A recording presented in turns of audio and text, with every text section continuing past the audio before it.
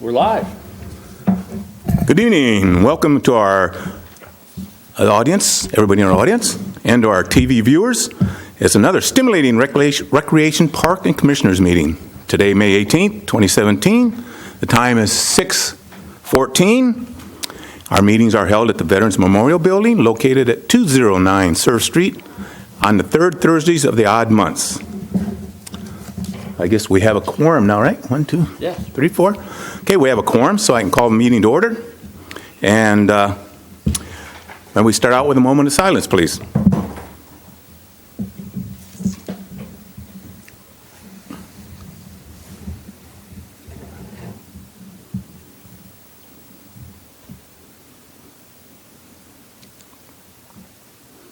Great. Okay. And now we'll go into announcements and presentations. And first off, I want to... Oh, I forgot the Pledge of Allegiance. We got to do the Pledge of Allegiance. All right, all stand. Please follow with us. I pledge allegiance to the flag of the United States of America and to the republic for which it stands, one nation, under God, indivisible, with liberty and justice for all. Thank you. Thank you to my right-hand man here. Now we'll go into announcements and presentations. First, I want to welcome our new member, Michelle Morrison. Welcome. And do we have any comments? We'll start with you, Drew. No, I'm good for the moment. Okay. We're all good.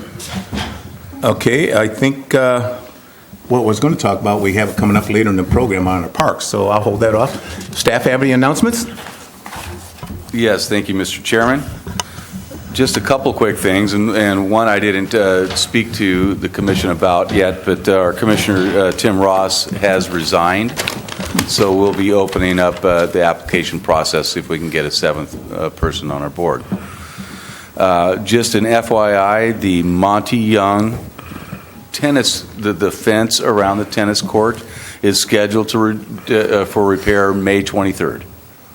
So okay. It was actually going to start up today, but they had a delay. So just to let you guys know, because we did speak of that last meeting.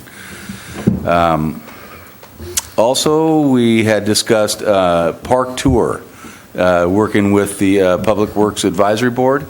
We were discussing a joint tour like we do annually, and we're looking to schedule that sometime in July or August. So I'll be keeping you guys in the loop as to when exactly we'll have that scheduled. That's all I have, unless Karen? And just a couple announcements. The applications for kids camp counselors and counselors in training was extended through this Friday. So if you're a high school student that's finished the 9th grade and are looking for a summer job, get your application in by tomorrow at 5 p.m. to the Recreation Services Office or City Hall. They do have applications at Morro Bay High School in the College and Career Center. Also, this Saturday is the last swim assessment for junior lifeguards. It will be from 8 to 10 a.m. at Kennedy Club Fitness in San Luis Obispo. Just come ready to swim. And also, we will be doing our volunteer tryouts on Saturday at 1 p.m. at Coleman Beach. So the kids that have turned in their applications for being a junior guard volunteer will be out there doing their 500-yard swim Saturday afternoon. Great. I've got one more, Mr. Commissioner, Mr. Chairman, pardon me. Let's see, Saturday is our Mermaid Pirate Parade. Ooh, yes. So that'll start at 10 o'clock at Target Rock, and we'll parade on down the harbor walk to Tognazzini's Dockside 2. Great. Pardon me. So pass the word out there. Okay, are we going to have what do they call the band there, the adult senior band or whatever? I forget the name. Yeah, the Mud Skippers will be helping lead the parade along great. with Pirate Steve. So It's a fantastic event. If you haven't been there, you need to come out there. It's really amazing, and the kids dress up and have a lot of fun, and our local pirates there. It's pretty cool. Also, I want to forgot, but the Amgen tour came through town, and do we have any comments on how that turned out as far as anything? Overall, it's a successful event. Thousands of people in the town. No injuries that I'm aware of, so that was a nice thing. And we're happy to see it here. I'll pass that on to Connie if he'd like to have, if he has any comments along those lines. Thanks, Kirk. Yeah, they projected about 5,000 people came into town, which is great. Our hotels overall did well. Our tourism department pushed and helped with our marketing and promotion. So from my understanding, it's looking good. So we should see some good numbers in May. That was a big, huge reason of why we brought that. Also for our restaurants and businesses, hopefully they saw some. I talked to Toggs. He was doing our meals for the media center. He said Waterfront was a bit slow, but Waterfront can have businesses all the time. And that's why we had it in downtown, because most of the times it's downtown that's getting it slow. So it's one of those things where this was a strategic location to locate it in downtown, because a lot of people were asking, why isn't it next to the Rock, or why isn't it on the Embarcadero? But it's one of those things that we changed the finish line about 20 times because we had to make a lot of people happy. But I'm glad downtown finally got to see an event happen, and the businesses got to see some traction. But it was a lot of team effort from everyone, from PD to fire, from recreation, tourism, and even other jurisdictions as well came and helped, such as Cal Poly, PD too, and just all hands on deck on this. So it was great.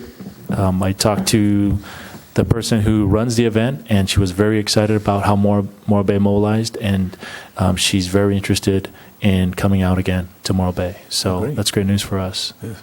And the helicopter was taking the pictures. Didn't he get some great views of the ocean and the Rock and everything? I mean, that should promote us pretty good. So that was great.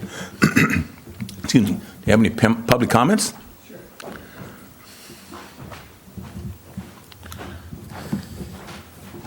My name is Robert Davis. I live in Morro Bay. I want to congratulate Kurt and Sherry and Edward for organizing a very successful pre-Amgen Tour community bike ride Monday night. Started at City Park, and we rode out and did the final 2 miles of the tour coming into town. Had a good turnout, had police escort us, so got to roll through all the stop signs. I'm just really proud of the way you put the event on, so thanks very much. Thank you. Thank you. Okay, I'll bring it back to commissioners, and I think we'll start with the consent calendar. Does anybody have any items they want to have pulled, or do I have a motion to approve them as so presented?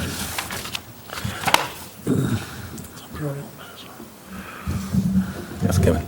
I make a motion to approve. I second the motion. Okay, motion's been made and seconded. Any more comments? All those in favor say aye. Aye. Aye. Opposed? Passes 4-0. And now we'll go on to business items. Let's start out with the Junior Giants. Mr. Chairman, you've got items A2 and then A3. Oh, I thought I we'll included jump. that all in one thing. Oh, did you do them all together? I asked if anybody wanted polling, and they said no, so we approved them all. Pardon me. Thank you. Okay, So we have our staff report on the Junior Giant program at the request of Chair Swain. We contacted Paso Robles and San Luis Obispo recreation programs to find out how they've worked with the Junior Giants. And both programs, the program in Paso has between 200 and 300 kids, whereas the one in San Luis is around 50 to 60 kids. So they're a little bit different in what they do. Both the Junior Giants do provide all the equipment. They provide the uniforms. They also do an education program during the 8 weeks of the program, and provide a commissioner. I don't know how much she was involved in Paso, but I know in San Luis, because she went to Cal Poly, she was there at every practice.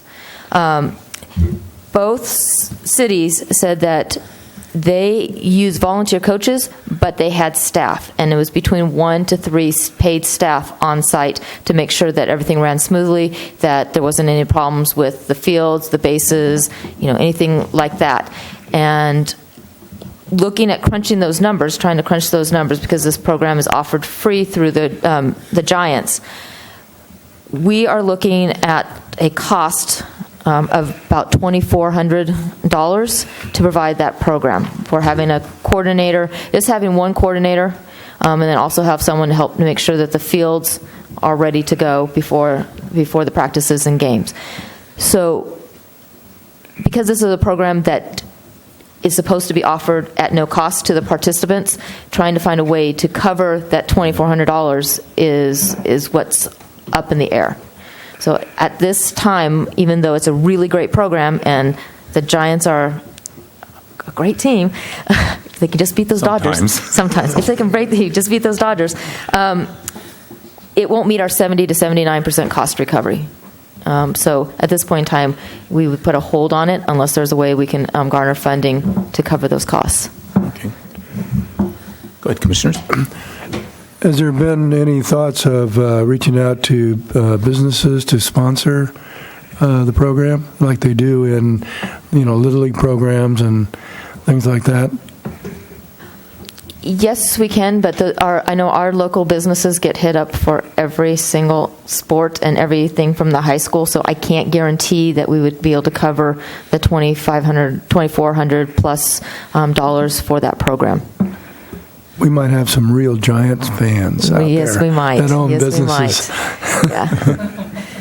Yeah. Yeah, I was shocked when I got that report how much it cost too, because I was under the impression it was almost zero or maybe just one staff, but that was pretty amazing. So I think, we can maybe just keep the door open in case anything comes up. Like I said, maybe we can round up a sponsor or two, or get the Dignity Health or something like that, because, they get injured playing these sports. Get them out there to do a little promo. So maybe we can cover it. We'll keep our eyes open, and the staff too. I appreciate it. Thank you. Is there anything on our website asking for sponsors, or in case somebody would happen to be looking to help out, or is it tax deductible? Yeah, it would be a tax deductible item. It is on our sports website, and we always put it out when we are starting our new sports, whatever sports are coming around. We always are looking for sponsors. And I don't think we have it on the city website, but we'll need to add that to the city website as well. Okay. Yes. Is there any way for the kids to fundraise for the program? Like stands? Like Little League does, selling candy, things like that? Yeah. You're thinking? Sure, there are those ways too. And what I wanted to mention also is to seek out sponsorships, or to organize the kids to sell or whatnot, also takes staff time. So at this point, we're a little understaffed, but we're tightening our belts here. But we are looking to really increase our offerings sometime in the near future. So to answer your question, Michelle, yes, there is a way, but not at this time. Thank you. Any other comments about the Junior Giants? Okay, let's move on to the high school community pool update. Mr. Carmichael? Okay, thank you. As you did see in the report, I gave a quick background of the swimming pool in the Estero Bay, as well as a bit of discussion as to the steps we've been taking staff-wise to program and to ensure that the pool is available to the Morro Bay communities, as well as the other communities in the Estero Bay. Interestingly, we just met this morning with the high school to discuss the swimming pool and its progress. So aside from what I already have in the staff report, I can give you just a couple of quick things that we learned this morning as well. And then I'm happy to take your questions. We do know the completion time is set. They gave us a window of completion time, August 22nd through September 10th. Initially, we were hearing early August, but as construction projects, as we all know, they do have their delays. So, city is looking to program beginning 1st of October. Our thoughts behind this would be not to set a date sometime in September and then find that the pool is not ready for us, and then we'd have to cancel those plans. We want to give the high school and the district time to work out any kinks that they might find in that pool as well. So we're shooting for first weekend in October, and we'd like to start off with, as Karen was just mentioning to me right now, some kind of a water awareness activity, safety or water type activities where we could bring in the high school's water polo team, swim team, do some demonstrations like that. So some kind of a pool or aquatics day. We also learned this morning, which was news to us, that we will be allowed to share the swimming pool before school starts. So initially it was conveyed to us, no use of the swimming pool outside of or before school or after school. Now, as we're continuing these conversations, we are expanding a little bit. So we should be able to share the pool before school starts, then offer something around the noon hour lap swim or aqua aerobics class, something like that, and then again back in the water sometime about after 7:30 at night. So the high school is looking to use the pool quite a bit for their athletic teams as well as PE classes. And what we're trying to do on our end is to make sure that we provide a consistent program with minimal interruptions and changes to the calendar. Outside of that, that's really what we learned today. Outside of what I have in the staff report, I'm happy to answer any questions that you might have. I'll do my best. Kevin? Has there been a discussion yet on these hours that would not be school hours but citizen hours?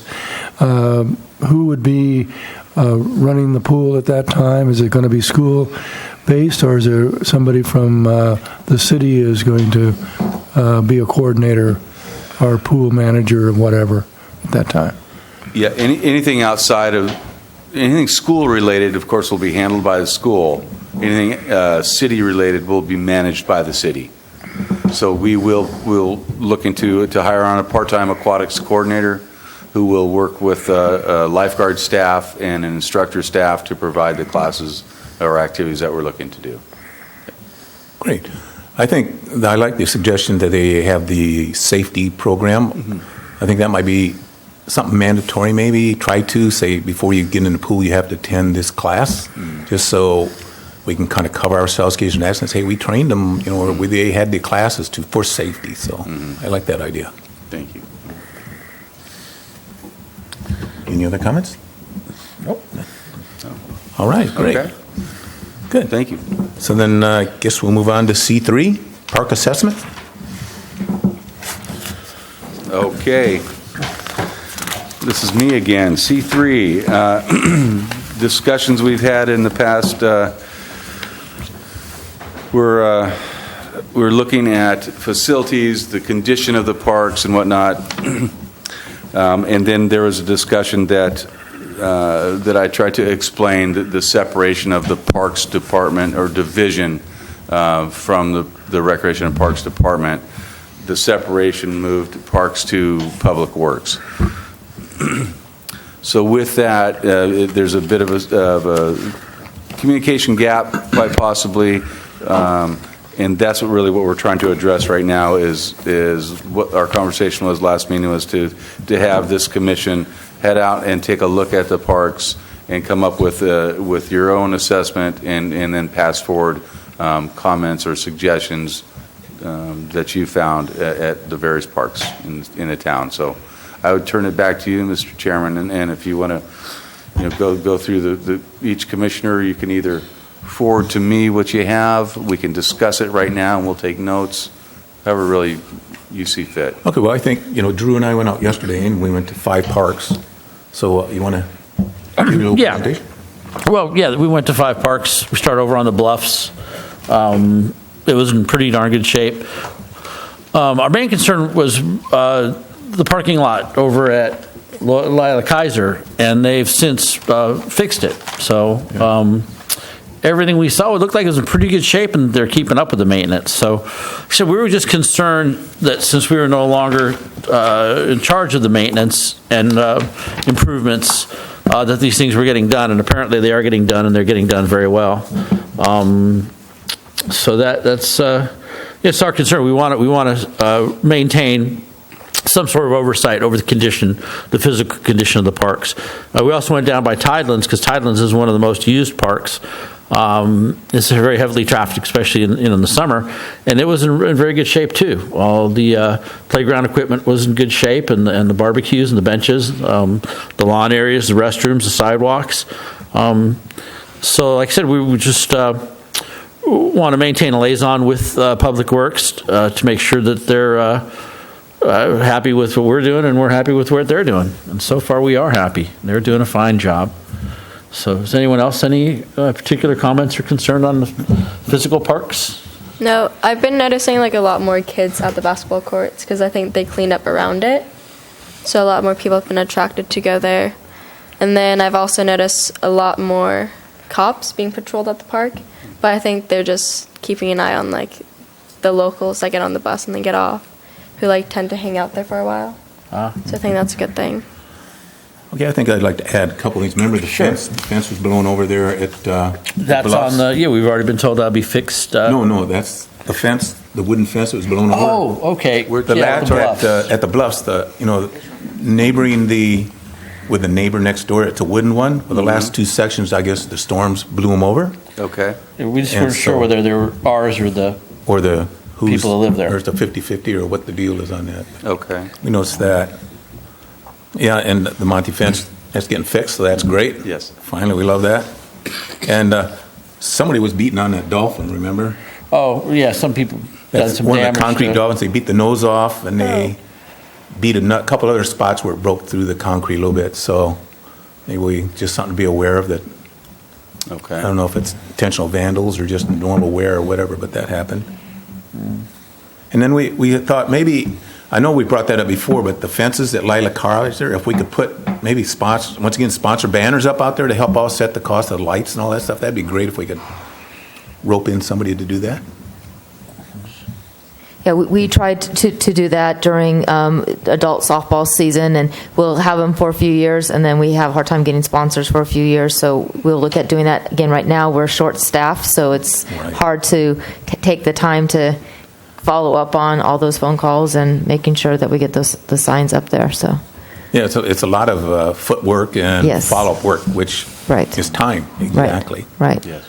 I was impressed with, I don't know who went out there and kind of did some of the diamonds there at Lila College, because there used to be that big hump, and that's all been smoothed out. I go, wow, I was amazed. Yes. Yeah, we had our maintenance staff came out and took care of that lip, the outfield lip between the infield and the outfield, and so it's much better. Yes, it was perfect. I was surprised when I saw that. And another couple things, let's see. One thing I think we need to have maintenance take care of is along the fence, I don't know how to say, you got the dugout and then you got the fence goes partway down. That end cushion there is all ripped and torn. I think for cover ourselves, maybe we somehow patch that up so if somebody doesn't get hurt on that, that'd be for legal reasons. Okay. Other than that, yeah, we're both amazed going around to these parks. Wow, they're in great shape. Good. We are. I think after the rains, it looks like everybody jumped out there and got it all straightened up pretty good. So that was great. I can share with you comments from Commissioner Sorich. He dropped something off yesterday. He was unable to make it tonight, as we know. But, one was the fence at Monty Young, wanted an update, so just wanted to make sure I went on record. The other is at Del Mar Park, there was a tree that fell, and there's a big gaping hole still in the turf. So he's looking to see if we're going to get that filled in sometime soon. So. Let's see. Okay. And that's what he had, just those two. Great. I think overall our parks are really shaping up and looking good. No other comments from any commissioners? And then we can gather up the comments from the other two commissioners who couldn't make it tonight, or excuse me, the other one gentleman, because I have skips. So. Oh, okay. And then we'll go ahead and include these comments, and I'll send a report over to Public Works office. Great. All right. Great. Okay. Would anybody like to have any future agenda items presented? Something to come up next time? Drew? No, I'm good. Kevin? Well, it's fast and short and sweet. That was. So, no other comments? Make sure we're all Already clean. done? I think so. Motion to move for adjournment? I second the motion. Second. All those in favor? Aye. Aye. Aye. Opposed? None. None. Motion closed. We're all closed. Thank you. Have a great evening. All right. I was Yeah, see how easy expecting to that is? be.